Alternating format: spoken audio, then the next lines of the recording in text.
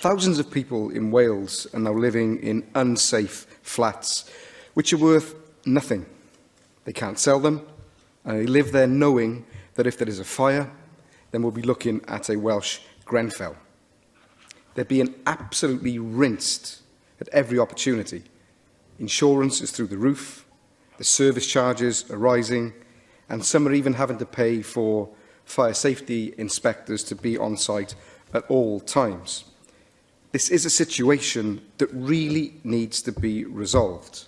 But when the residents of Victoria Wharf wrote to you about their block, they did not even receive a response from you. In Glasgow Harbour, the developer Taylor Wimpey is paying £30 million needed to replace the dangerous cladding there. At Victoria Wharf, the residents are expected to pay the £30 million themselves.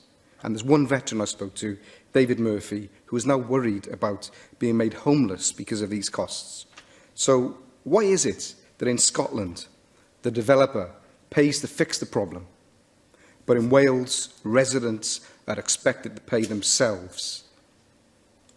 Taylor Wimpey actually advises your government on building regulations. So could you not advise them to cough up the money like they have in Scotland? Or is it actually the conflict of interest which is driving government inaction in this area? Well, the member's instinctive reach for a conspiracy explanation is on evidence again today. If residents have written to me, they will have had a response. I wrote personally to the First Minister, Mark Drakeford, not a word. Builders and owners are responsible for the buildings which they have constructed and which they own, and they should pay. They should pay to make good the deficits in those buildings. It is neither right nor fair nor moral that the leaseholders should be left carrying the can. I can't be clearer on that. Those companies should do the right thing by those people who have been affected by their failures. That is the position of the Welsh Government. I repeat it again today.